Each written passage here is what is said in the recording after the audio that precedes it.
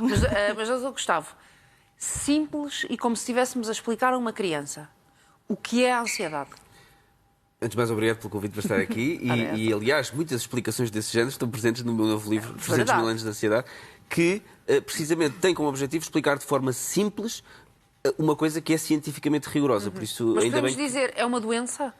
Depende do tipo de ansiedade. Portanto, a ansiedade por si só não é uma doença. A ansiedade é um estado emocional, uma alteração, uma vivência do estado mental que é normal. E por isso nós podemos dizer até que todos temos ansiedade. Não é por acaso que eu dei ao livro o nome de 300 mil anos de ansiedade, porque 300 mil anos é o tempo que tem a nossa espécie. O Homo sapiens tem 300 mil anos. E há uma descrição que faz aqui, Dr. Gustavo, que é aquela comparação com os antepassados.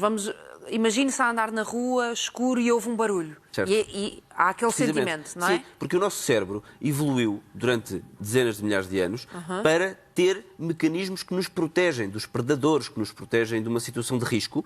E o mundo atual, no fundo, faz um rapto desses mecanismos que estão gravados no nosso cérebro. Ou seja, o nosso cérebro está programado para ter ansiedade, alerta, fugir quando há um perigo. Okay. Só que, no fundo, a ansiedade dos dias de hoje, sobretudo a ansiedade patológica, e eu já lhe vou explicar o que é a diferença entre normal e patológico, mas, sobretudo, a ansiedade patológica é quando estes mecanismos são, digamos, extrapolados para situações onde, na verdade, não há risco.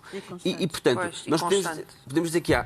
Toda a gente tem ansiedade, todos nós já vivemos ansiedade. A ansiedade é um estado de alerta, de atenção... Mas porquê é que se é herdada dos nossos antepassados, que tinham que estar alerta porque havia animais, havia perigo e estavam constantemente alerta e tinham essa ansiedade em si, e consigo entender que geneticamente venha parar um bocadinho a mim. Certo. Porque é que a minha é diferente da Paula? Porque é que a Paula, nas coisas do dia-a-dia, algumas coisas não as consegue fazer? Porque a ansiedade, como eu disse, é um mecanismo que todos nós temos, mas depois há pessoas que têm uma propensão para uma desregulação dessa ansiedade. Ou seja, essa ansiedade deixa de ser proporcional àquilo que a gera e deixa de ter uma duração limitada e deixa de ser autocontrolada, vamos dizer assim. E passa a ser uma ansiedade demasiado intensa, demasiado duradoura ou desproporcional em relação àquilo que a causou. E a Maria pergunta quais são, no fundo, os fatores que levam a que isso aconteça. Porque é que algumas pessoas têm uma ansiedade que é patológica, que é descontrolada.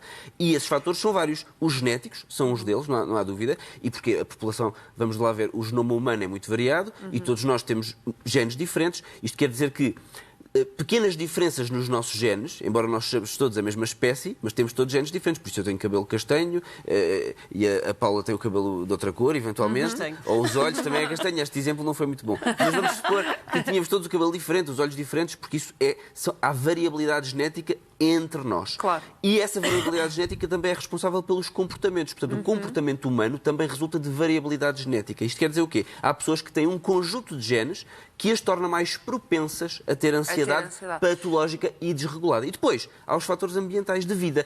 E aí, pessoas que têm uma propensão genética e depois fatores de vida, stress crónico, stress a vários níveis da vida, do trabalho, da família, acontecimentos de vida, isso, no fundo, conjugado com esta propensão, leva à perturbação da ansiedade. E a Paula consegue identificar de onde vem essa ansiedade?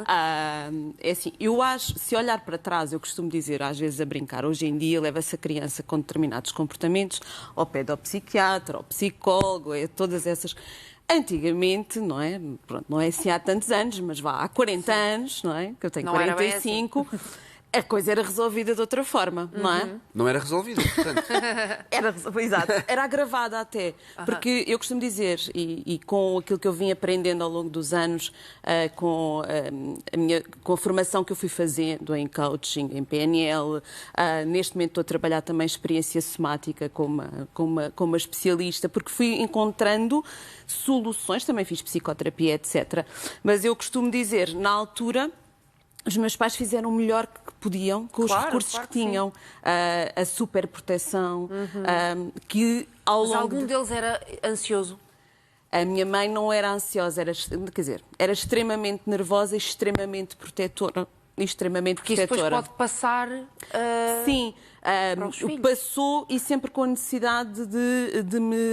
ou seja, sempre fui cobrada para ser a melhor. tinha que ser melhor na escola, tinha que ser melhor comparativamente, por exemplo, com uma prima mais velha. Ela era sempre melhor a menina de casa, eu não era, então na escola foi onde eu tive que me aprimorar. Ou seja, tudo isto para reconhecimento externo, para ter a atenção e o reconhecimento familiar. Isso causa ansiedade. Mas lembra-se do primeiro momento? Claro. Como é que foi? Não, o primeiro momento que de facto me levou ao hospital, estava a tomar banho, em 2000 eu tive um cancro em 2001 e em 2003, quando supostamente já estava tudo tranquilo, estava tranquilamente a tomar banho e comecei a gritar que ia morrer, que ia ter um AVC. Do nada? Do nada.